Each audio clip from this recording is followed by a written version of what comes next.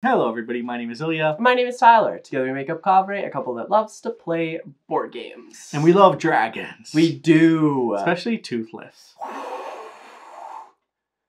I should crochet Toothless. For now though, enjoy Perry the Platypus. Now today we'll be reviewing Wyrmspan. Woo! Wyrmspan is the Wingspan inspired game from Stonemaier, designed by Connie Vogelmann and developed by Elizabeth Hargrave. The art is done by Clémentine Campardou. Now in this game you'll be building a sanctuary of dragons. You'll be excavating various caves, enticing the dragons to come, and of course exploring the various riches that each of these caves have. With that said, let's give you a quick overview of how the game works. As always, you'll begin by setting up. You'll prepare the round tracker board, selecting a random assortment of objectives, the Dragon Guild board by choosing one of the 4 guilds, and finally the card display board revealing 3 dragons and 3 caves to start. Each player will then gain a player mat, 1 egg, 6 coins, an adventurer, guild tokens, and player markers. Each player will proceed to draw 3 dragons and 3 caves to start, choosing 4 of those cards to keep, and lastly gaining 3 resources of their choice. The first player is selected, and you're now ready to play. Wyrmspan takes place over 4 rounds, where you'll take turns each round building your own sanctuary of dragons. The actions you take will include excavating to build out additional caves for your dragons, enticing dragons to inhabit your caves, and of course exploring the various caves to obtain a variety of resources. You'll earn points through the Dragon's Guild, the dragons you house, eggs, cached resources, tucked cards, and of course the public objectives. Now each action will cost a coin, and coins are essentially the turns you have each round. You'll start with 6 at the beginning of each round, and you're able to acquire some more through various means, but you may also spend some extra as costs, so turns may and will vary between players. Now your caves start off with 3 excavated spaces, which dragons can be enticed upon. You will need to continue excavating throughout the game to create more room for dragons in each of your caves. This will again cost a coin, and eggs the deeper you progress. What's neat too is the last space has an action once you cover it that allows you to discard 3 items of your choice to get an extra coin, which again is a turn. Enticing dragons is another key action you'll take. You'll need a coin, the resources printed on the card, and a cave for them to end up based on their desires. Once placed, some dragons will have immediate abilities, others will have end of round or end of game abilities, and many will have activated abilities which are taken through the explore action. Exploring is the other action you can take. You'll pay the cost to the left and then take your worker and explore left to right until they come to a stop. Here you'll take a variety of actions including gaining resources, dragon cards, cave cards, and of course progressing on the guild track. The adventurer symbol is the one to watch for as it'll grant you additional actions as you visit each dragon. Now let's talk about the guild track. Each movement will grant you the bonus depicted on the space. Each time you make a semicircle, you'll also be able to place one of your player markers on the Dragon Guild tile to obtain some mighty abilities. Once everyone's run out of coins, you'll activate the round end abilities on dragons, score the round objectives, reset the card display board, and give each player 6 coins and an egg. You'll pass the first player marker and keep playing. Once 4 rounds are finished, your sanctuary is complete. You'll score points based on the markers on the Dragon's Guild, points printed on dragons and their game and scoring abilities, 1 point per egg, 1 point per cached resource, 1 point per tucked card, points from public objectives, and any leftover coins and resources. The player with the most wins. Will you build the best dragon sanctuary out there? I usually do. I doubt that. I know for a fact that it's been pretty close every single time we played this game. It sure has. Alright, let's kick things off with our review. We're going to touch on the things that we loved, the things that we liked, and a couple of things that we felt fell short. And I guess with that we could start. What are some of the things that we loved? My favorite thing about Wyrmspan has to be the coins for actions. I think the varying ways of having, first off, you start with 6 coins, so you generally think you're going to have 6 turns, but dragons cost coins to play sometimes. You can gain coins from excavating, from a bunch of other things that are happening, which means you can have even more turns. And that also means that there's like, I might have 8 turns in one round and Ilya might have 6. So there's a variety of different turns that are happening amongst players. But it never feels bad, I find. No, and I think that's what I really like about it, is because a lot of the times to actually get another turn, you kind of almost have to waste a turn to do that. Yeah. So I think that's the really interesting part about it as well, is it never feels that somebody's further ahead or has an extra 3 or 4 turns and doing so much more. And I think that's also been reflected in the points that we score. We've never had games where either of us have won by like a huge amount. No. Yeah, it's definitely one of those games that like 5-10 points, I think at most, is what we've seen in between our point gaps. So that's really fun. And you never really know until the very end of the game where you are for that. But the fact that it still remains so close feels really, really good. Now, another thing I loved is the Dragon's Guild. I feel like it brings that player interaction that I absolutely love. And we've had some really crunchy moments because we'll be progressing and moving on this track. But each time you hit one of the brown spaces, you're able to place that cube in the center. And you're almost racing because all of those spots are really good. And some of them only have one space. So you either want to get there first and use it right away, but maybe it's not the best space to take. So I feel like it's something that as I'm playing this game, I'm always paying attention to. And I feel like you're always lapping me for some reason. Yeah, there are certain cards that you can get in the game that will accelerate how fast you are able to move on that track. And that is a lot of fun because it makes it a lot easier for your decision making when it comes to being able to choose like which ones you want to use. I think the Dragon's Guild adds a great amount of, like Ilya said, player interaction that isn't just like a take that thing, because everybody wants to be in those spaces.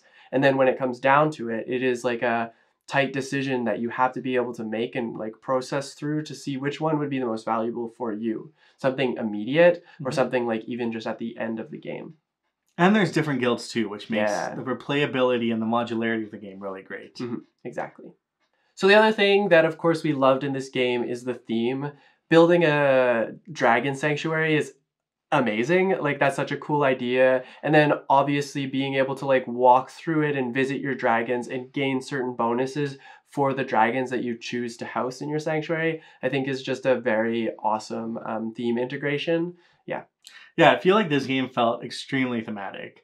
Not to compare it to Wingspan, but I think the whole aspect of moving through, it made more sense to me. And it was a lot of fun because my little explorer would go and be like, oh, I found this crystal. And that's a good point. Let's feed this little baby dragon. Let's give it some milk. And oh, it's going to give me something in return. That's so nice. So I really enjoyed that aspect of it. I think the last thing I'll mention that we loved is the art in this game. I think initially we got this game because we didn't see anything beforehand and we opened the box. And at first I was like, I don't know. Like it wasn't what I expected, I guess, from the description of the game. But as I began to play and see all the dragons and all the board really come to life and the many unique various illustrations, I fell in love. There are some extremely cute dragons. There are some dragons that you want as part of your army. You know, you want them to back you up. They look very mighty. And then there's, of course, some extremely odd-looking dragons as well to keep it a little bit spicy. I, on the other hand, was immediately drawn to the art of this, so there's that. It's just a slow love and a fast love. All right, those are the things that we loved about Wyrmspan. Let's talk about the things that we liked. Any games where we're close, I really like. I think it's a lot of fun when you're not blown out by like 100 points or 50 points. And we have a similar skill level, but I think when we learn games, there's obviously times where sometimes Tyler doubles my points. Sometimes I double his points. But in this game, we played it many times now. And each of the games, it was within like 3 to 5 points, which was really exciting because we also took very different strategies. So that's the thing I really liked about this game. Is that there are a variety of different strategies that you can go down. Like you are always going to score points for playing dragons. That's like the basis of the scores, but you can focus on always making sure you're getting the goals. You can focus on your tuck cards, the eggs. Like there are these other ways to get points that the dragons' activated abilities, end game goals end up like pushing you towards. And I think that's a lot of fun to be able to explore. The other thing that like Ilya did mention is because the games are so close, it did feel like you were taking the time to really like push through and optimize your turns to make sure you are making the right decisions, which I think is like a very good thing to have in a game where you want to be like on top of those things. You definitely want to be on top of those things because you know the game is going to be close and it could come down to like 1 or 2 turns at the end of the game. It really is. Another thing we like too is there is background and history for each of the dragons. Yes, very, very cool. With the game comes a little booklet that says Wyrmspan Dragon Facts. And it details each of the dragons and tells you a little bit about each of them. And there's a paragraph on each of them that kind of build that historical context. It's not something that we're typically drawn to in games, but I know there's players out there that will want to know where each of these dragons comes from, what their story is, and maybe even begin to build a whole theme around it, a world around it, which is really exciting. And we will talk later on in the video about what the comparison between Wyrmspan and Wingspan, but definitely the thing that was a highlight in Wingspan was being able to read those little facts at the bottom for the birds. And this is like the little, I think this is the node to it because those facts are not necessarily as developed on the cards in Wyrmspan. So now let's talk about some of the things that were maybe a little bit meh about the game or we want to see some improvement on. I don't know if there was many. No, yeah, I'll say I don't think that this game needs much improvement. It's just things like that didn't like fit in my brain right. I don't really know. But the one thing for me was the cave cards. When I was going to like excavate, I was always trying to like initially, and this is something that just I needed to just overcome. But the colors don't matter for the caves, and then there's a lot of other color coordination that ends up mattering, like certain dragons can only go into certain caves. And that was a little confusing for me to like try and like latch onto. And that's simply just like a design thing that happened. The cards are beautiful, but I was wondering like why Ilya was playing like the green cards in the purple cavern, and I was like, can you actually do that? But you can. It just, yeah. Yeah, I think it takes your brain a little bit to get used to it because like that kind of color coordination aspect of it for and sure. Also just remembering that you have one cave that you're able to just use right away. So like you always have to make sure like you don't necessarily have to rush towards excavating again. You can focus on playing in the first like 2 or 3 caves of the caverns. We played this game when I was tired once and I excavated in the caves that were already excavated and I was so confused. I was also confused. Because I was like, how do I not have resources, anything? I feel like I'm so behind. Yeah. And then we had to restart the game because I was just dumb. We did find out in round 2. I wasn't dumb. Yeah. Now, one of the things I think that fell short for me was, again, I felt really driven by the initial cards that I got. Like it felt, and I feel like I just personally need to break out of that, but immediately I see like, oh, this card does this for this, and I want to build a whole strategy around it, which isn't always the smartest because other cards are there, you'll draw more cards that come up, but I think that initial run, I need to just personally get over that hump, I think. Yeah, that's fair. I think there's definitely like reasons to believe that the cards that you start with are actually good to drive your strategy with, but other times like, yeah, you just need to be confident that you'll find cards later on that will work for your strategy. I do find that a little bit stressful, so I can understand where you're coming from Other than that, we'll do the comparisons now, and then we'll give you our overall thoughts of Wyrmspan. How did we find Wyrmspan was similar to Wingspan?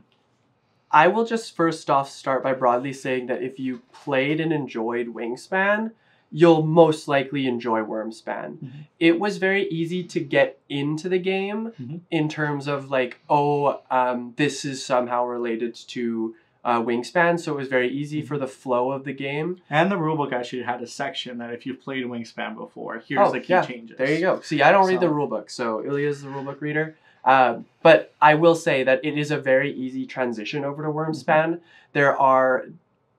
With that said, I guess there are enough differences for me to want to have both. 100%, I want both of them. And Wyrmspan was fantastic. So that's just what I'll say right away, but we can go into more details about how the two compare now. Now, I think the core aspect of the game that is really similar is the engine building. Yes. Yeah. You're going to play more cards, and by playing more cards, you're able to do more things and get more things.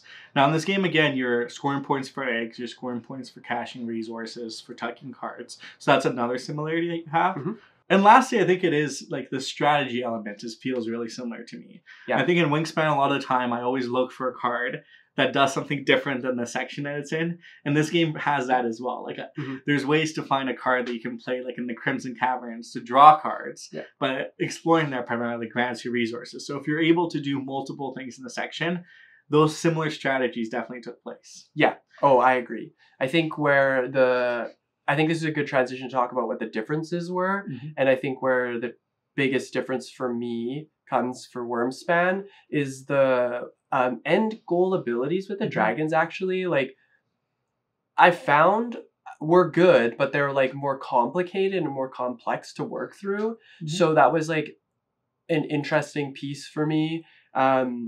And then, of course, like there's the different types of dragons, like the hatchlings, for example, where they very much work in your favor early on to like build up. So there was like different ways that the cards worked and interacted that I thought was a little bit more complex. Yeah, I think the abilities definitely felt a little bit more complex too. I think, again, the movement, now it's from left to right. Where you're exploring the meeple, and there are sections that happen in between the cards that you go through. So there's more things that you need to pay attention to overall. And I think one of the key differences is that the rounds are driven through the coins rather than the little cubes. Because I feel like in Wingspan, it was always, this is the amount of turns you have, they shrink as the game progresses. Where here, you get to decide how many turns you have. You can really drive to try to get more turns. In a way. In a way. Not quite.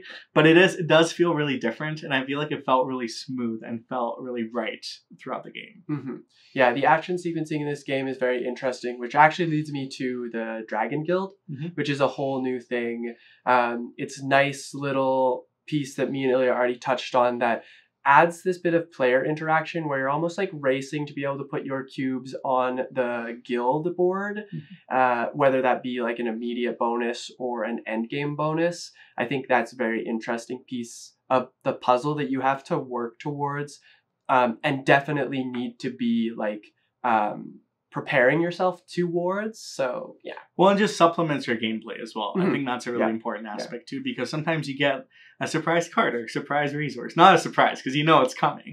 But I feel like still, because we haven't played it as many times as Wingspan, I'm always surprised. I'm like, oh, I can actually get a card by doing this. I forgot about that. Yeah, it also definitely like drives your action sequence, because you want to know like, oh, okay, well, now would be a good time for me to be able to move up on the Dragons Guild because I need a resource, or Ilya's in the same space as me, so I want to be able to move forward into the place my cube action. So there are those things that can definitely like shift your decision on what you're going to do on your turn.